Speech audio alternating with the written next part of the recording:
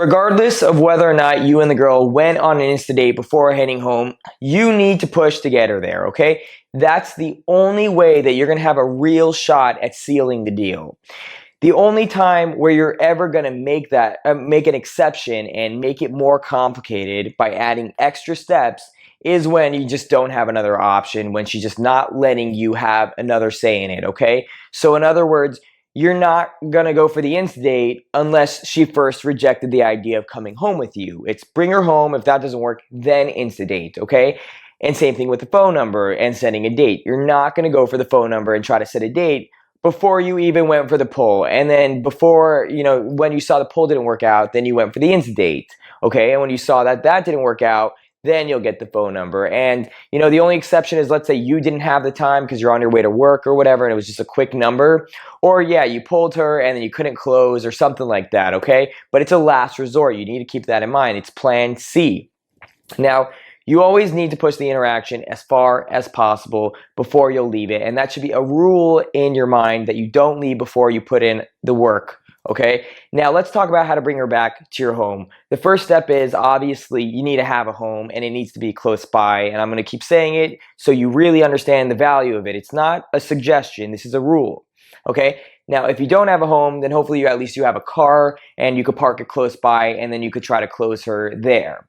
If you can't close her there, then the other option is you could try to drive her home. You could offer to drive her home, and you're going to have to do some screening. You're going to need to make sure that, one, let's say she doesn't have roommates or parents that'll be a problem. So you need to find this out ahead of time. And you need to make sure there aren't going to be issues with parking, because sometimes there will be an issue. So let's say you live in Queens, New York. That's a horrible place to find parking.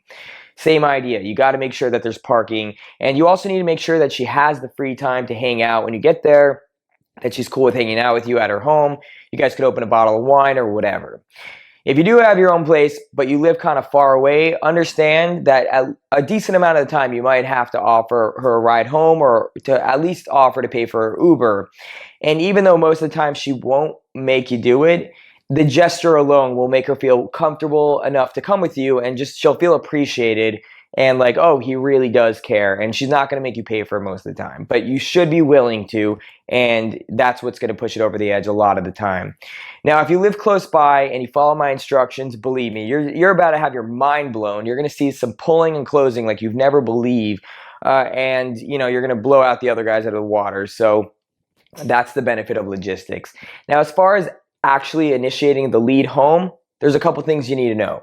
Now, for one, she really should be aware of the fact that you like her and that you're trying to hook up with her. I talked about this in the previous videos. When you bring her to see your view, you need to make it clear that it's you and her seeing the view. It's not like, oh, I want to show you the view. I have no sexual interest in you. No, it's you are like going to do this romantic thing together. We're going to check out the view together.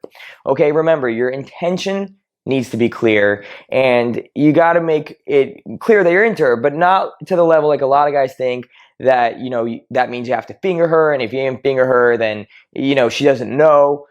Hand holding, flirtatious comments, some making out, that's all plenty, okay? And the other thing is, when she gives you the okay, don't ask questions. Just take her hand and start leading her as soon as possible, okay? You don't want to be the guy who's standing there and trying to convince her to come with you after she already said yes, which I see a lot of the time. She'll say yeah, and then they'll just be like, yeah, and it'll be really, really cool, because it's like, no, just take her freaking hand and say, awesome, let's go, and start leading her. If you're getting her an Uber, just be like, oh, awesome, okay, I'm calling, cool, you're good to go? Perfect, let me get you an Uber. You don't want to be trying to convince her, and you don't want to be the guy with a big question mark on your forehead where the moment she says yeah, you're like, okay, what do I do now? What's going to happen in that situation is the girl's all of a sudden going to have her objections, her concerns re-raised because you doubted what the next move was.